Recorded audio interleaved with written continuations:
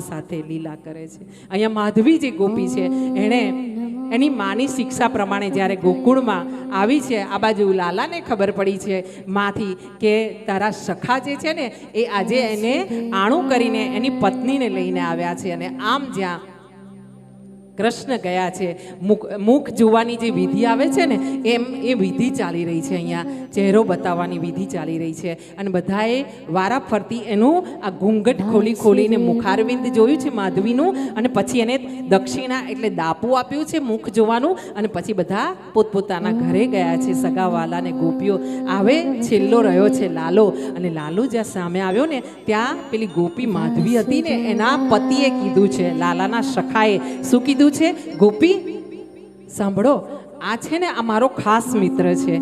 હા લાલો, આ લાલાને તમારું મુખ બતાવો. અને જ્યાં પેલી ગોપીના કાનમાં વાત પડી, માધવીના કાનમાં, કે તમારું મુખ બતાવો, આ લાલો છે અને એ મારો મિત્ર છે, એટલે એને પોતાની માતાની વાત યાદ આવી કે લાલાને તારું મુખ ના બતાવતી અને એની આંખોથી આંખો ન મેળવતી. અહીંયા ગોપીએ પોતાનો ઘૂંઘટ જે આટલે લીધો હતો ને એ વધારે સરકાવીને લાંબો કરી દીધો છે, અને લાંબો કરીને આમ ઘૂંઘટ પકડીને બેઠી છે. ના, હું મારું મુખારવિંદ લાલાને નહીં બતાવું, આ કાળિયાને મારું મુખ નહીં બતાવું. આમ કરીને ગોપીએ જીદ કરી છે, માધવીએ જીદ કરી છે ને ત્યારે એના પતિએ કીધું છે, આ તો મારો ખાસ મિત્ર છે, એને તમારો ચહેરો તો બતાવો, એને મુખારવિંદ બતાવો. હા, અને આમ જ્યાં કહેવામાં આવ્યું છે ને, ફરીથી આ માધવીએ જીદ પકડી છે, આજે નહીં અને કાલે પણ નહીં, કદાપી નહીં, હું મારું મુખારવિંદ આ લાલાને કામણગારાને નહીં બતાવું. કારણ મને કહેવામાં આવ્યું છે કે આ તો જાદુગર છે, એકવાર જો એની નજરથી નજર મળશે ને તો હું ગાંડી થઈ જઈશ, ઘેલી થઈ જઈશ. અને આમ જ્યાં કહેવામાં આવ્યું છે ને ત્યારે લાલાએ જીદ તો કરી છે કે ભાભી એકવાર તો મોઢું બતાવો, પણ ઘણીવાર મનાવવા છતાં ગોપીએ એનો ચહેરો નથી બતાવ્યો. ઘણીવાર એવું બન્યું છે કે ગોપી પોતે આ માધવી પાણી ભરવા માટે હેલ લઈને જમનાજીના કિનારે ગઈ છે, અને ત્યાં એને આ કૃષ્ણ સામે મળ્યો છે. અને ત્યાં પણ કૃષ્ણએ જીદ કરી છે કે ભાભી તમે મને ચહેરો તો બતાવો, તમારો ચહેરો મારે જોવો છે, બધાએ જોયો છે, મારો પણ હક છે, હું તો તમારો નાનો દિયર છું. અને આમ કહેવા છતાં આ ગોપીએ ઘૂંઘટ કાઢ્યો નથી. બન્યું છે એવું કે આજે જ્યારે આ ગોવર્ધનની લીલામાં ભગવાન ટચલી આંગળી પર લઈને ગોવર્ધનને ઊભા છે, 3-3, 4-4 દિવસના વાણા વીતી ગયા છે. અને એવા સમયે આ માધવીને થયું છે કે આ લાલો જે મારો મુખારવિંદ જોવા આવ્યો તો મારી માએ ના પાડી હતી, આજે 4 દિવસથી ટચલી આંગળી પર આ ગોવર્ધનને ધારણ કરીને ઊભો છે. એ કેવો છે આજે તો મારે જોવો છે. એના દિલમાં તાલાવેલી જાગી છે, અને જ્યાં તાલાવેલી જાગી છે ને ત્યારે એણે વાંકા વળીને પોતાનો ઘૂંઘટ ઊંચો કરીને જરાક આમ છાની માની કૃષ્ણને જોવાની, લાલાને જોવાની ચેષ્ટા કરી છે.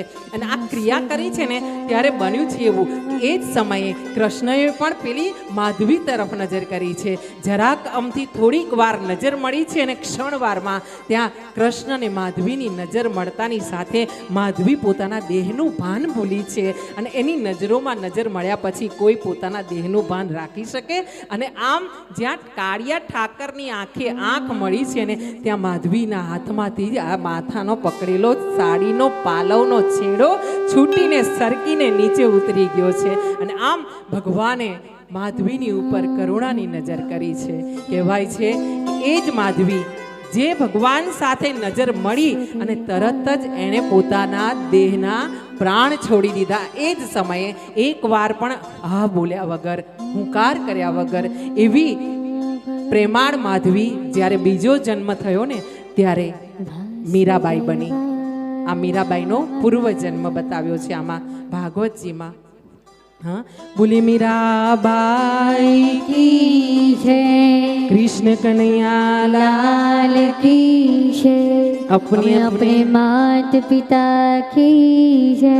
બન્યું છે એવું કે હવે 5 દિવસની ઉપર ગયા છે અને ગોવાળિયાઓ પણ થાકવાનો એવો થોડો અંશાર આવી રહ્યો છે. ને ત્યારે ગોવાળિયાએ શું કીધું છે કે આ તો તું આટલા દિવસથી લઈને ઊભો રહ્યો છે ને ભાઈ, તો થાકી ગયો હશે, હા, આટલા દિવસથી તે નથી ખાધું, નથી પાણી પીધું, અને અમારા બધાની રક્ષા કરવા માટે અમે બધા તો કંઈ ભોજન લઈને આવ્યા, તો થોડું ઘણું ભોજન પણ કર્યું છે, અમારી રીતે અમે આરામ પણ કર્યો છે. એક કામ કર, તું થાકી ગયો હશે. લાલાએ કીધું છે, હું નથી થાક્યો. તમારા બધાનો પ્રેમ જ એટલો છે ને કે હું નથી થાક્યો. ત્યાં ગોવાળિયાઓએ જીદ કરી છે. હા, કારણ ગોવાળિયાઓ ક્યારેય એવું મનમાં ભાવ લાવતા જ નથી કે આ ભગવાન છે. એ ઓળખી ગયા છે, ધીરે ધીરે એમને ઓળખાણ પડી રહી છે કે આ તો ત્રિભુવનનો નાથ અહીંયા લાલો બનીને આવ્યો છે. પણ હજુ પણ એમના હૃદયમાં તો આ જે કૃષ્ણ છે, લાલો છે, તે એમનો સખા છે. આ ભાવથી જ્યારે ભગવાનને ભજવામાં આવે ને, પોતાના પરિવારના તાતણે, સગાઈના તાતણે બાંધવામાં આવે ને ભગવાનને, ત્યારે ભગવાન જલ્દી દર્શન દે છે. અહીંયા લાલાને કહેવામાં આવ્યું છે, ભાઈ એવું બધું નહીં ચાલે. જો આટલા દિવસ તે તારું કામ કર્યું, હવે તું થોડોક આરામ કર. અમે લોકો છે ને લાકડીના ટેકા લગાવીને ગોવર્ધનને ઉચકી લઈશું.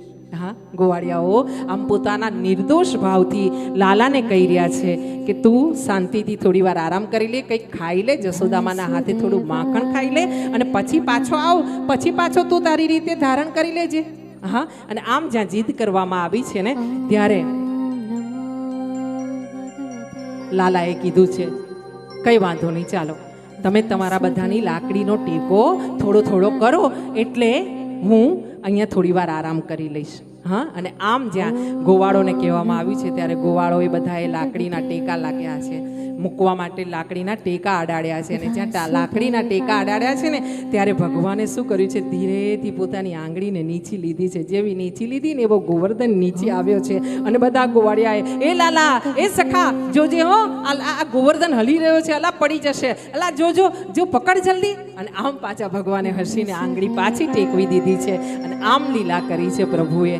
હા, અહીંયા કહેવાય છે કે 7 દિવસ ને 7 રાત્રિ સુધી ભગવાને આ લીલા કરી છે. અને 7 દિવસ ને 7 રાત્રિ સુધી ભગવાને બધાની રક્ષા કરી છે. એવા આગળ ચાલતા કહેવાય છે કે ઇન્દ્રદેવને ખબર પડી છે કે આ તો સ્વયં ભગવાન પરમાત્મા છે, એ લાલો છે, અને એનાથી અભિમાન કરીને ક્યાં જઈશ. એટલે ઇન્દ્રદેવ ભગવાનની શરણે આવ્યા છે. ઐરાવત પર બેસીને પોતે કામધેનુ ગાયના દૂધથી એની સૂંઢમાં દૂધ ભરીને ઐરાવતની ભગવાન કૃષ્ણ ઉપર એમણે અભિષેક કર્યો છે. અને એમ અભિષેક કરીને ભગવાન કૃષ્ણને શરણે આવીને, લાલાની શરણે આવીને ઇન્દ્રદેવે પોતે ભગવાનની માફી માંગી છે, ક્ષમા યાચના કરી છે. અને આમ ભગવાન દયાળુ છે. હા, અને ભગવાન દયાળુ છે એટલે એમણે ઇન્દ્રદેવને માફ કર્યા છે. કહેવાય છે કે જે દિવસે ભગવાનની ઉપર અભિષેક કરવામાં આવ્યો કામધેનુ ગાયના દૂધ વડે, તે દિવસથી જ પૃથ્વીમાં બધે જ મણિઓ અને રત્નો બહાર આવી ગયા. હા, ઔષધિઓ બધી ગોવર્ધનની ઉપરથી બહાર આવી ગઈ. હા, અને આ રીતે તે સમયથી બધી ઔષધિઓ આપણાને ઉપલબ્ધ છે. આ રીતે અહીંયા કથા કરવામાં આવી છે. બોલે કૃષ્ણ કનૈયા લાલ કી જય. અપને અપને માત પિતા કી જય. બધા લાલાને પૂછ્યું હતું કે આટલું બધું જોર ક્યાંથી લાવ્યો, 7 દિવસ ને 7 રાત્રિ. હા, અહીંયા આપણે 56 ભોગ જે જમાડ્યા ને, એ 8 × 7 = 56, એટલે ભગવાનના જે 8 પ્રહર 7 દિવસના, એવી રીતે ગણતરી કરીને ભગવાનને આ ભોગ લગાવવામાં આવ્યો હતો. જ્યારે ગિરિવરધારીએ ગિરિવરને ઉપાડ્યો ને પછી નીચે મૂક્યો ને, ત્યારે એ દિવાળીનો બીજો દિવસ હતો. અને તે દિવસે ભગવાનને 56 ભોગનો આ ભોગ લગાવવામાં આવ્યો હતો. એ આપણા બેસતા વર્ષનો, ગુજરાતીઓનો બેસતું વર્ષ છે તે દિવસે. અને આજે પણ ડાકોરમાં બેસતા વર્ષે અન્નકૂટનો લૂંટાવાનો કાર્યક્રમ કરવામાં આવે છે. અને એમાં ગરમ ગરમ ભાતમાં સોનું મૂકવામાં આવે છે. અને જેના હાથમાં ભગવાનનું સોનું, ભગવાનની નથ ઘણીવાર મૂકવામાં આવે, ભગવાનનું કુંડળ મૂકવામાં આવે, જેના નસીબમાં હોય એવા એ ભાઈઓને મળે છે. હા, અને આ રીતે ડાકોરના ઠાકોરની સેવાને પૂજા થાય છે. અહીંયા આગળ જતા વાત આવી છે વરુણ લોકની. નંદજીને થયું છે એવું કે નંદજી સવારના કારતક મહિનાની 11 છે, એટલે એમણે વિચાર કર્યો છે કે લાવને અજવાળું થઈ ગયું છે ને, તો જમનાજીમાં હું દર્શન કરી આવું. અને આમ જ્યાં નંદજી સ્નાન કરવા ગયા છે, દર્શન કરવા ગયા છે જમનાજીના, એમને થયું કે પ્રભાત થઈ ગયું છે. ખરેખર તો પ્રભાત થયું નહોતું. આમ કહેવાય છે આપણા સાંસારિક જીવો માટે કે 12 થી 3 ક્યારેય પણ કોઈ નદીમાં, અને એમ તો સંધ્યાકાળ પછી જ સવારના 3, 3:30, 4 સુધી નદીમાં, કોઈ પણ નદીમાં સ્નાન ના કરવું, નહીતર પાપ લાગે. આ પાપ એટલા માટે કહેવામાં આવ્યું છે ગ્રંથોમાં કે વિજ્ઞાનને સાથે વણી લીધું છે આ વાત કરીને. નહીતર શું હોય કે જે જળચર પશુઓ છે, પ્રાણીઓ છે ને, એ બધા કિનારે આવતા હોય, મગરમચ્છ ને બધા, હા, કાચબા ને બધા સવાર પડતા રાતના મોડા, જળ જ્યારે શાંત થાય, પબ્લિક આવતી જતી, માણસો બંધ થાય, ત્યારે એ જળચર પ્રાણીઓ પોતે કિનારે કંઈક ખાવા માટે આવતા હોય, અને એ પ્રાણીઓ તમને તકલીફ ન કરે એટલા માટે આપણા ધર્મમાં આ નિયમ છે કે સંધ્યાકાળ પછીથી સવારના 4 વાગ્યા સુધી કોઈ પણ નદીમાં સ્નાન ના કરવું. બીજું તમને એક વાત બતાવું, કોઈ પણ નદીમાં સ્નાન ના કરવું ઉપરાંત તમે કોઈ નદીના કિનારે ગયા છો તો લાલ વસ્ત્ર પહેરીને ના જવું. ફરવા ગયા છો, દર્શન કરવા ગયા છો, બને ત્યાં સુધી લાલ વસ્ત્ર પહેરીને ના જશો.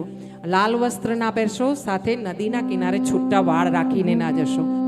હા, કેમ કે ત્યાં અતૃપ્ત આત્માઓ હોઈ શકે. નદીના કિનારે ઘણા બધા પૂજન થતા હોય છે, અને એવા પૂજન કરતી વખતે ત્યાં આત્માઓ રહેતી હોય તો તમને એ કહેવાય કે આશિક થઈ શકે.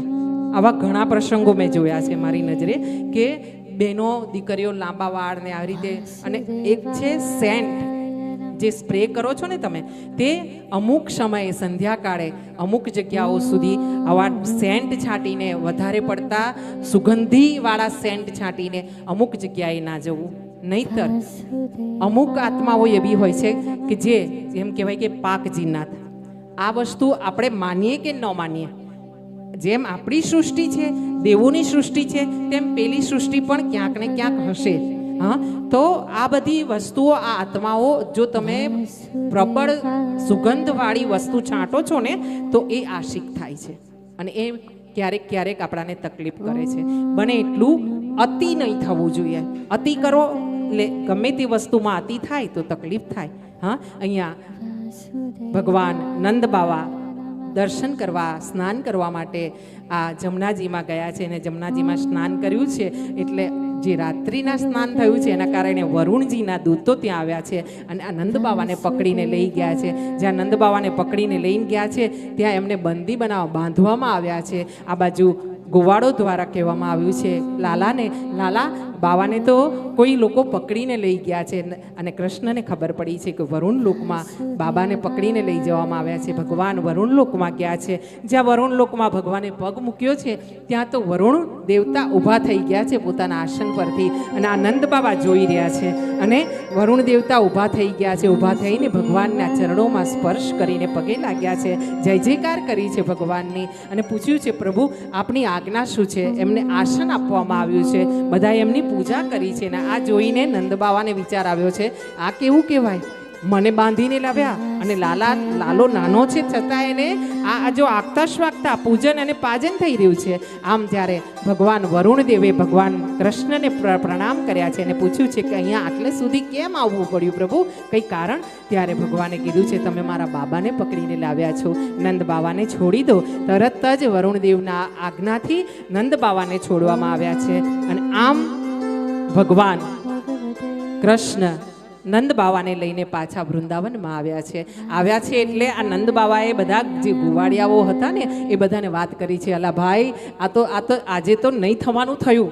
હા, એટલે બધા વાતો કરવા માટે ઊભા થઈને ભેગા થયા. શું થયું નંદ બાવા? તો કે હું તો અહીંયા સ્નાન કરતો હતો ને મને તો બાંધીને લઈ ગયા હતા, બાંધીને લઈ ગયા, અને મને તો ત્યાં બાંધીને ઊભો રાખ્યો હતો. અને એવામાં જ મારો લાલો આવ્યો ને, તો લાલાને તો આવ્યા એવા તરત જ પેલા મોટા જે રાજા હતા ને એ રાજા તો ઊભા થઈ ગયા એના આસન પરથી, અને દોડીને એના ચરણોમાં જઈને પ્રણામ કરવા માંડ્યા, અને એનું પૂજન કર્યું, બેસવા માટે આસન આપ્યું પોતાનું. અને મને એમણે કીધું એટલે લાલાએ કીધું એટલે તરત જ છોડી મૂક્યો મને તો.